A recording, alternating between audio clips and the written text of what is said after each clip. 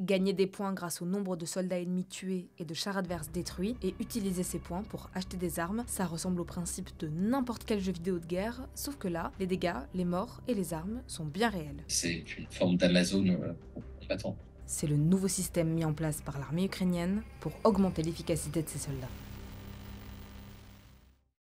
Ce programme, développé par le gouvernement ukrainien il y a plusieurs mois, s'appelle Army of Drone Bonus, le bonus de l'armée des drones. Et en gros, ça fonctionne comme ça. Les soldats ukrainiens doivent déposer dans ce programme les vidéos enregistrées par les caméras embarquées sur leurs drones. Ces vidéos servent à prouver qu'ils ont touché des cibles ennemies. Et selon les dégâts qu'ils ont infligés, les soldats collectent des points pour leurs unités. 20 points pour avoir endommagé un char, 40 points pour l'avoir détruit, 50 points pour détruire un système de roquettes mobiles, 6 points pour la mort d'un soldat ennemi. Oui, ça ressemble à peu près à n'importe quel jeu vidéo de guerre, et comme dans n'importe quel jeu vidéo de guerre, il existe une boutique, un marketplace dans lequel il est possible d'acheter des armes en se servant de ces points comme d'une monnaie virtuelle. Якщо відкривати каталог і гортати його, то там є інформація про ТТХ виробів, їхня вартість і так далі. Ça s'appelle Brave One Market et ça ressemble à ça. Un catalogue dont une bonne partie est publique, super clair, super ergonomique et qui ressemble à une interface d'achat classique. Окрім того, на маркетплейсі є можливість потім ставити рейтинги, писати відгуки.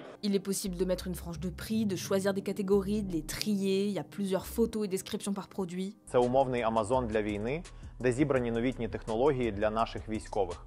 Підрозділи можуть самостійно обирати техніку і купувати її за кошти військової частини. Vous avez des batteries, vous avez des drones terrestres, vous avez des applications en vente là-dessus. Des moteurs, vous avez tout un ensemble de trucs en fait. Par exemple, on peut y trouver un drone Vampire, un drone militaire ukrainien capable d'embarquer une bombe de 15 kg et qui coûte 43 points, soit la vie de 8 soldats ennemis.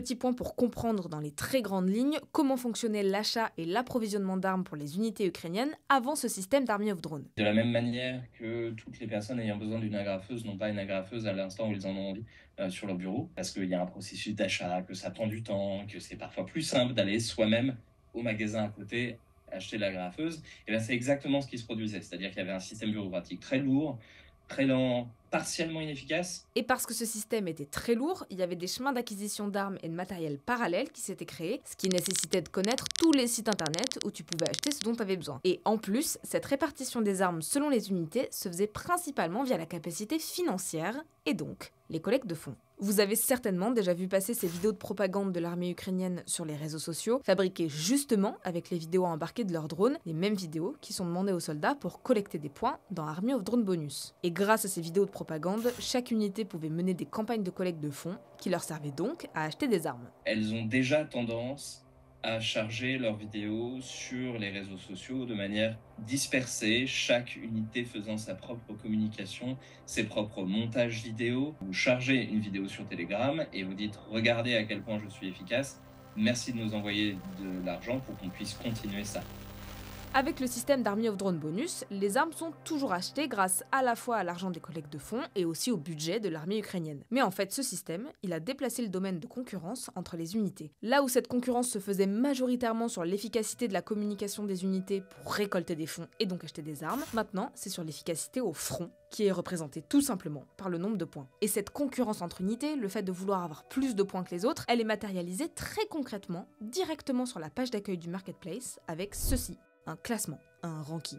Oui, encore une fois, comme dans n'importe quel jeu vidéo. Le système d'Army of Drone Bonus et le marketplace en général est en fait une manière de distribuer des drones aux unités jugées méritantes. Jugées méritantes en fonction d'un critère, le critère étant la destruction d'équipements ou de soldats de l'armée adverse. Le fait d'avoir défendu une position fortifiée ne vous rapportera pas de points. C'est la destruction de l'adversaire qui vous rencontre. C'est un critère. Vous êtes efficace, on vous donne du matériel. Vous êtes moins efficace, vous aurez moins de matériel. Là, selon le classement, l'unité la plus performante, c'est Magyar Birds, l'une des unités ukrainiennes d'élite de pilotage de drones. Ils ont plus de 16 000 points, qui peuvent être par exemple convertis en 372 drones. Le système de récompense en fonction du type d'adversaire abattu existe probablement depuis que la guerre existe. Vous regardez un film soviétique sur la Seconde Guerre mondiale, vous verrez que vous obtenez une médaille lorsque vous détruisez un certain nombre de chars adverses. Les insurgés, ceux qui se battaient contre les Américains, avec tout un système aussi de points si vous tuez une femme soldat, un sniper, ou si vous tuez par exemple un maître chien ou le chien. Il y avait tout un ensemble de points comme ça qui existent. Les systèmes de points existent dans toutes les armées. Là, la question, c'est Ils sont en guerre et donc le système de points prioritaire, c'est est-ce que vous tuez des Russes ou pas? Ça peut sembler un peu glaçant comme ça, qu'un système pour optimiser l'efficacité de ses soldats dans la vraie vie puisse prendre un peu la forme d'un jeu vidéo. Malheureusement, c'est la forme que prend la guerre. C'est finalement nos jeux vidéo qui essayent de copier le plus possible la guerre. On a l'impression que c'est l'inverse, mais finalement, si ça ressemble à Call of Duty, c'est parce que Call of Duty essaye désespérément de faire en sorte de ressembler à la guerre. En fait, c'est une forme d'utilisation des codes de notre modernité.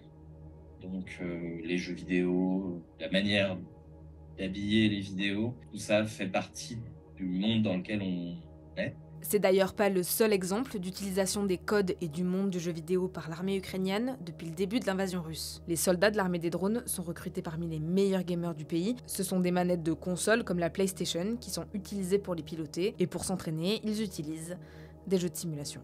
Il y a une part de déshumanisation de l'adversaire, mais on est aussi dans une guerre existentielle pour une nation qui veut conserver un État souverain pour elle-même et qui résiste. Malheureusement, la déshumanisation de l'adversaire fait partie du processus et après-guerre, cela posera des problèmes psychologiques dans les deux sociétés et ça en posera pour bien des décennies après pour ce conflit comme pour d'autres conflits